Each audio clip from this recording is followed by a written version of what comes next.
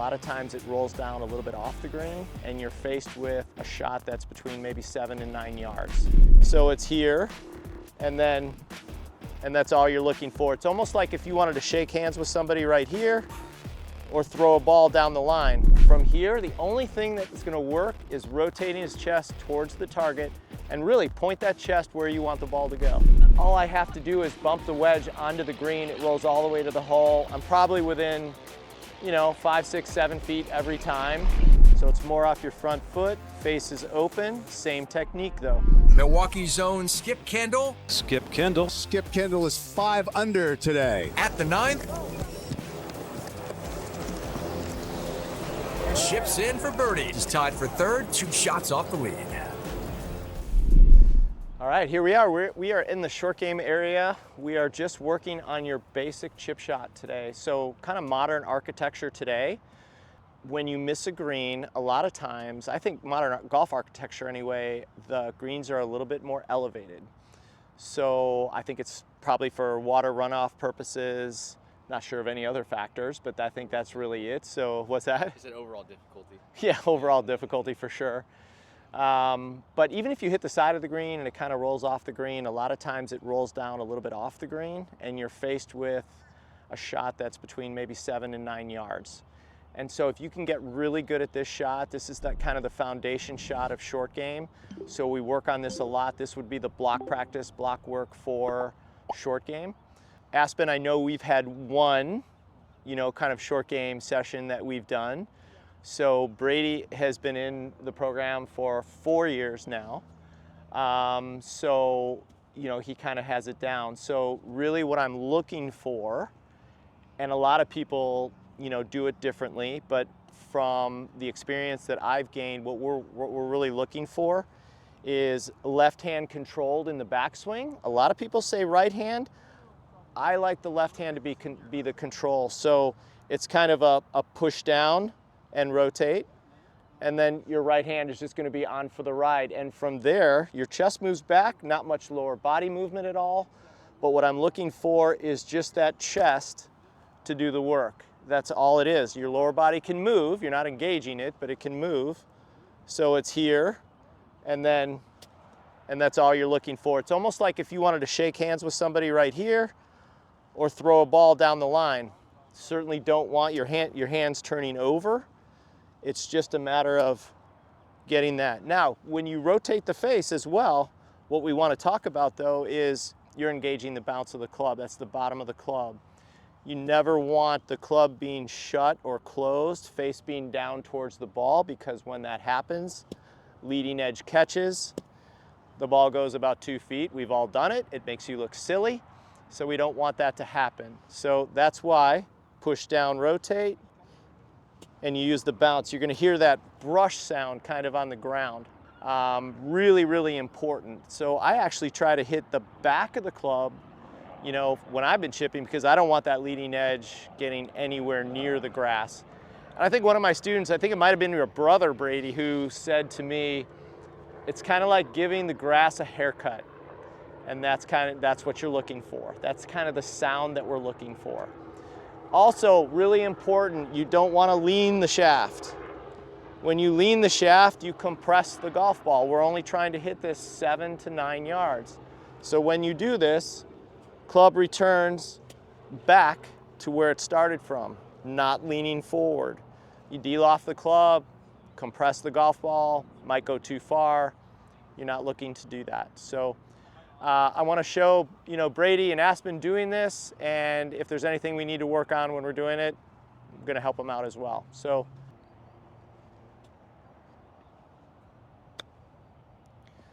now we're trying to fly the ball in the circle. Brady, you have your 60-degree wedge right there? Yeah, I do. So as you're gonna see, the golf ball will get up in the air. He has 60 degrees of loft on that club. I want him to use it. So by returning the shaft to center, you're actually using the loft of the club and not de-lofting it. Beautiful right there, beautiful. So when you take this back, you're giving yourself enough room here. The club should end up, in a perfect world, taking video from behind, I would love the club head to cover up his hands. So go ahead and take it back and stop at transition. So right there, beautiful. You can see leading edge straight up, toe straight up. Now he's going to engage the bounce, and from here, the only thing that's going to work is rotating his chest towards the target and really point that chest where you want the ball to go. And then keeping the club in front of him. Well done. Well done.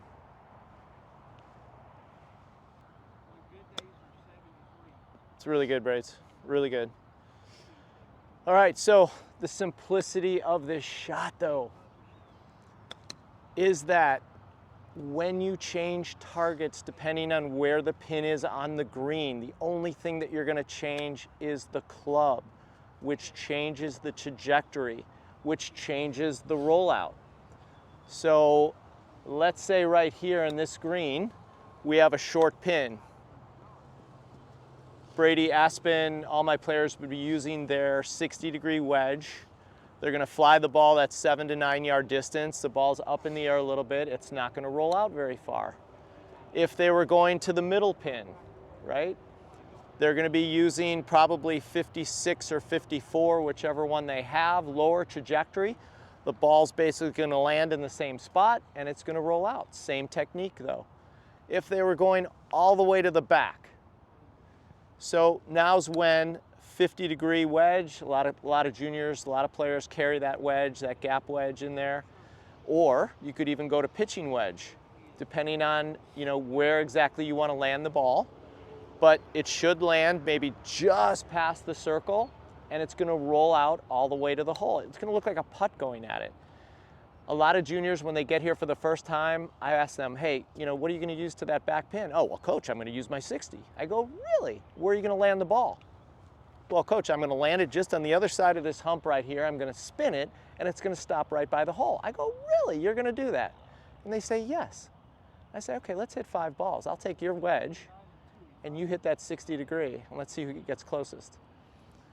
I mean, all I have to do is bump the wedge onto the green. It rolls all the way to the hole. I'm probably within, 5, 6, 7 feet every time. First 3 they hit don't get over the hill. The next one flies the green. They might hit a good shot, 1 out of 5, that ends up, 15 feet. And I always ask them, is the light bulb starting to go off now? You have to change clubs, but you're going to use the same technique. That's what it's all about. All right, Aspen, let's see you hit a few. Okay, so backswing, good setup. Excellent, right to there, perfect. And then all you're gonna do, again, rotate your chest towards the target, right? Club ends up, do that again. Go ahead. Club ends up right about here, right? Perfect. Chest pointing right towards the target. Left hand controls, push down, rotate. Chest towards the target. Not bad. Maybe just a hair long in the backswing, right? Really good. Really good. Someone's been practicing. I love it. I love it. It's great. Good one, Braids. Pretty good. Okay, so Aspen, I'm going to put you on the spot. Okay. Let's say you needed more height, okay? You short-sided yourself big time. There's a bunker that goes all the way up to the edge of the green here.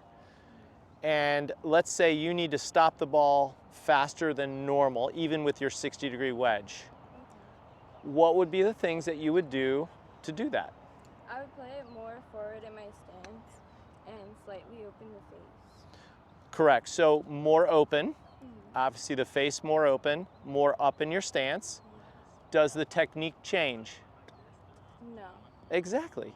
So that's the most important thing too. The only thing that she's going to do is manipulate her setup to hit a different kind of shot. The technique and the simplicity of this whole thing is the technique stays the same.